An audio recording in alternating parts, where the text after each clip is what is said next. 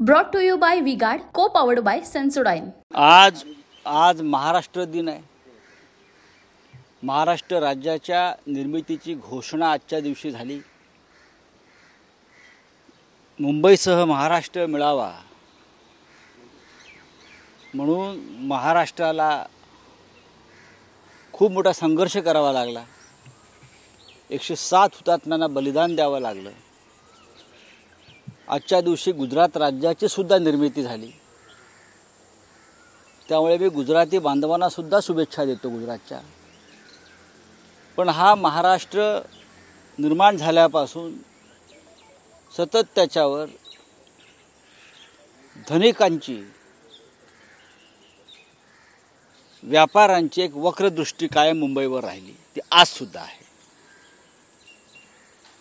आणि आजच्या महाराष्ट्र दिनी काल रात्री आपण पाहिलं असेल, शिवसेना पक्षप्रमुख उद्धव ठाकरे हे हजारो शिवसैनिकांसह हुतात्मा चौकात गेले आणि त्यांनी अभिवादन केलं हुतात्म्यांना, महाराष्ट्रातील लढ्यातल्या सर्व योद्ध्यांना।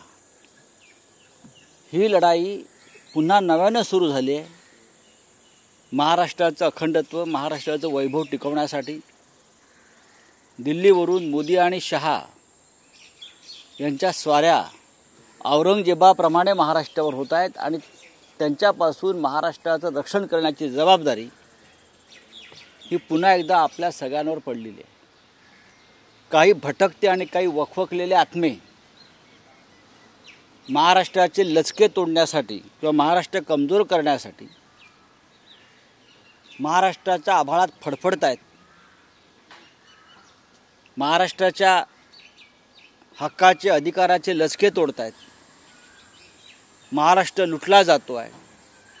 महाराष्ट्राच्या जनतेला कमजोर केलं जात आहे, नामर्द करण्याची योजना आहे लढवय्या महाराष्ट्राला। आणि शिवसेना जोपर्यंत ते ठामपणे उभी आहे तोपर्यंत त्यांना शक्य नाही। म्हणून या लोकांनी शिवसेना तोडली, शरद पवार यांचा पक्ष तोडून त्यांना कमजोर करण्याचा प्रयत्न केला। पण ह्या वेळेला काँग्रेस असेल, शिवसेना असेल, राष्ट्रवादी असेल, ती महाराष्ट्राच्या स्वाभिमानासाठी ठामपणे उभी आहे आणि लढेल। आजच्या महाराष्ट्र दिनी महाराष्ट्राची 11.5 कोटी जनता या परिस्थितीचा विचार करत आहे गांभीर्यानं। हे आम्हाला साधारण आम्ही जेव्हा राज्यात फिरतोय तेव्हा दिसतं आहे। नरेंद्र मोदी आणि अमित शहा यांनी महाराष्ट्र कमजोर करण्याचा, तोडण्याचा किती प्रयत्न केला तरी त्याआधी त्यांनी संभाजीनगरमधील औरंगजेबाची कबर पाहून यावी आणि 105 हुतात्म्यांचं, 107 हुतात्म्यांचं स्मारक जे फोर्टला आहे ते सुद्धा पाहून यावं। महाराष्ट्रावर चाल करून येणाऱ्यांची काय अवस्था होते त्याची 2 ही प्रतीक आहेत। मी म्हणताय की दिल्लीत चाव्या आहेत महाराष्ट्राच्या, त्यामुळे मशाल पेटवावी लागेल सध्याच्या महाराष्ट्राच्या, यापूर्वी नव्हतं। महाराष्ट्र हा दिल्लीपुढे कधी झुकला नाही हा इतिहास आहे। आणि हा इतिहास छत्रपती शिवाजी महाराजांपासून चिंतामणराव देशमुख असतील, बाळासाहेब ठाकरे असतील, बरं का, यशवंतराव चव्हाण, माननीय शरद पवार आणि आता उद्धव ठाकरे साहेब, महाराष्ट्र झुकला नाही, महाराष्ट्र लढत राहिला आपल्या स्वाभिमानासाठी। पण सध्याच्या राज्यकर्त्यांनी महाराष्ट्राच्या चाव्या दिल्लीच्या चरणी ठेवलेल्या आहेत। याला थैलीचं राजकारण म्हणतात।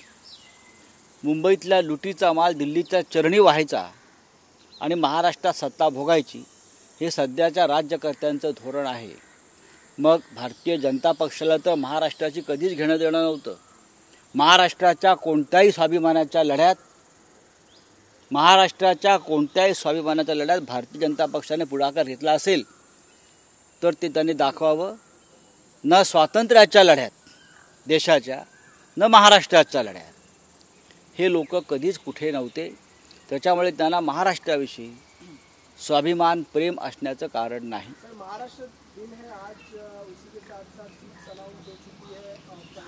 आज महाराष्ट्र दिन भी है।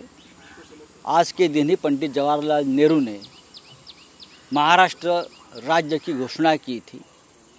इस महाराष्ट्र राज्य के लिए 5 साल तक संघर्ष करना पड़ा यहाँ के लोगों को। 107 लोगों का बलिदान हुआ है इस महाराष्ट्र राज्य के लिए।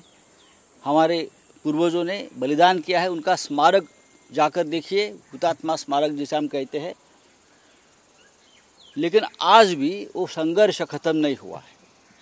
आज जो दिल्ली में लोग बैठे हैं, जो लॉबी बैठी है, व्यापारी लॉबी, वो आज भी महाराष्ट्र और मुंबई को कमज़ोर करना चाहते हैं। और आप भी उसी मूड में है लड़ने के, महाराष्ट्र बचाने के लिए, चाहे शरद पवार साहब हो, चाहे उद्धव ठाकरे साहब हो। ये इतिहास है छत्रपति शिवाजी महाराज के ज़माने से कि महाराष्ट्र कभी दिल्ली के सामने झुका नहीं, न बिका है कभी महाराष्ट्र।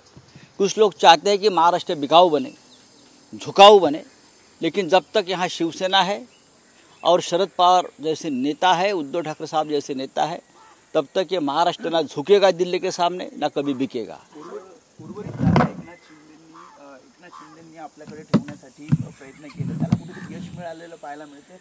यामिनी जाधव, रवींद्र वायकर हे मुंबईतल्या 2 जागा आणि आणखी 2 जागा नाशिक आणि पालघर या सुद्धा त्यांना मिळतील। मला त्याच्याविषयी चर्चा करायची नाही। तो शिवसेना फडणवीस गट आहे।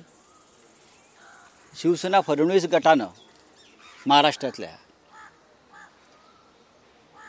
किती जागा ते लढतात त्याच्याकडे माझ्याकडे नक्की आकडा नाही, 12-13 काहीतरी आकडा। माझे सहकारी उमेदवार आहेत। नाही, प्रश्न असा आहे की शिवसेना जी आहे बाळासाहेब ठाकरेंनी स्थापन केलेली उद्धव ठाकरे यांच्या नेतृत्वाखाली, ती शिवसेना सातत्यानं महाराष्ट्रात 21-22 जागा लढत आली लोकसभेचा, आणि तो आमचा आकडा कायम आहे, हे आपण पाहिलं असेल।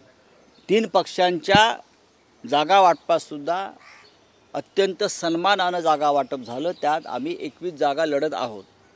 22वी जागा जी होती उत्तर मुंबईची, ती शेवटच्या क्षणी आम्ही काँग्रेसला लढण्यासाठी दिली। आता आम्ही 22 जागांवरती आमचा आकडा कायम होता। आता हा जो शिवसेना फडणवीस गट आहे, शिवसेना फडणवीस गट, ते 12-13 जागा लढतात म्हणजे त्यांनी 7-8 जागा स्वतःच्या कमी करून घेतल्या। यालाच मी लोटांगण घालणं म्हणतात। तुम्ही तुमच्या जागा कायम ठेवू शकला नाहीत आणि अनेक ठिकाणी तुमचे उमेदवार भारतीय जनता पक्षाने ठरवले किंवा कापले अनेक ठिकाणी। ही काय स्वाभिमानाची गोष्ट नाही, ही एक लाचारीची, आणि आपण कोणाच्या चरणाशी बसून हुजरेगिरी करतोय त्याचे लक्षण आहे।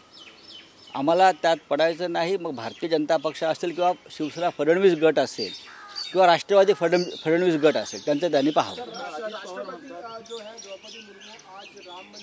चुनाव है ना, चुनाव है, चुनाव में राष्ट्रपति को भेजा जाएगा। जब प्रभु श्री राम जी की प्राण प्रतिष्ठा हो रही थी वहाँ, तब राष्ट्रपति जी को नहीं बुलाया था। तब राष्ट्रपति जी को, हमारे महामहिम राष्ट्रपति जी, महिला राष्ट्रपति द्रौपदी जी को बहुत दूर रखा था, उनको इनवाइट तक नहीं किया था। हाँ, उस वक्त उनको बुलाने की सबसे ज़्यादा ज़रूरत थी, उनका सम्मान करने की ज़रूरत थी। लेकिन अब चुनाव है, तो चुनाव में एक माहौल बनाने के लिए राष्ट्रपति जी को भारतीय जनता पार्टी की तरफ से वहाँ भेजा गया है, एक माहौल बनाने के लिए। उसमें कोई बड़ी बात नहीं है। ऐसे घटना होती रहेगी देश में। जब तक चुनाव ख़त्म नहीं होता है, राष्ट्रपति जी को इस मंदिर में भेजेंगे, उस मंदिर में भेजेंगे, प्रधानमंत्री भी जाते रहेंगे, हाँ, भस्म चंदन लगाएंगे, वो फोटो भी आ जाएगा। सर, यूपी के सीएम आदित्य योगीनाथ जी आज रत्नागिरी में पब्लिक रैली कर रहे हैं महाराष्ट्र में आकर, क्या कहना चाहेंगे? योगी जी उत्तर प्रदेश लूज कर रहे हैं, हार रहे हैं। आप देख लीजिए, रत्नागिरी में आइए, कल कोल्हापुर सांगली में है, हम भी है कल हमारा भी सामना हो जाएगा, स्वागत है। लेकिन आप महाराष्ट्र में आइए, आप कहाँ भी जाइए, अब लोग आपको स्वीकार करने के लिए तैयार नहीं है। 10 साल में आपको बहुत झेला है, अब नहीं झेलना चाहते। ठीक है, धन्यवाद। कर्नाटक का रेप का जो आरोपी है वो फिलहाल जर्मनी में भाग गया। मोदी जी ने भगाया उसको, मोदी शाह जी ने उनको भगाया। मोदी जी का बहुत चहेता उम्मीदवार था वो, बहुत। आपने देखा होगा जब कर्नाटक में प्रचार में गए तो उनकी पीठ कैसे थपथपा रहे थे मोदी जी। वाह बेटे वाह, 2000 बलात्कार के, वाह बेटे वाह। 2000 बलात्कार का रिकॉर्ड करने वाला आदमी, अगर मोदी जी उसकी पीठ नहीं थपथपाएगा तो कौन थपथपाएगा? तो ऐसे आदमी को प्रोटेक्शन दिया जाएगा। अगर कोई झूठे मूठे केस में विरोधी कार्यकर्ता को पकड़ लेंगे, लेकिन उनके परिवार का एक सदस्य रेवन्ना, चिरंजीव ना उसका नाम, प्रज्वल, वही चिरंजीव है, छोटा बच्चा है उनका, प्रज्वल रेवन्ना। 2000 से भी ज़्यादा उनके वीडियो वायरल हुए बलात्कार। उनके सामने बूढ़ी औरतें माँ जैसे हाथ जोड़ती है और मोदी जी उस बलात्कारी की पीठ थपथपाते हैं। वाह बेटे वाह, कितना बढ़िया काम किया है देश के लिए, हाँ, तू ही हमारा आदर्श है। ये बीजेपी का चारित्र है, कैरेक्टर है। भाग गया, उसको भगाया, मालूम नहीं था मोदी जी को उसका इतिहास क्या है। ऐसे लोगों का हमारे इतिहास खंगाल रहे हैं ना, हमारे बैंक अकाउंट्स, हमारे क्रिमिनल रिकॉर्ड्स, उनका पता नहीं चला। 2000 बलात्कार करने वाले एक व्यक्ति आपके साथ बैठता है, हाँ, ये आपका बीजेपी का कैरेक्टर है। पवारांचं म्हणणं आहे की मी आता दैवत मानत नाही, म्हणजे शरद पवारांना एकेकाळी दैवत मानत होता. अजिबात नाही. अजित पवार यांचं दैवत सध्या त्यांनी दैवत बदललं आहे आणि जेव्हा 2024ला सरकार बदलेल, मोदी नसतील आणि परत त्यांना ईडीची नोटीस येईल, तेव्हा त्यांनी परत दैवत बदललेलं असेल, त्यांनी परत दैवत बदललेलं असेल. हे मोबाईल दैवत त्यांच्या मागे असतात, फिरत असतात.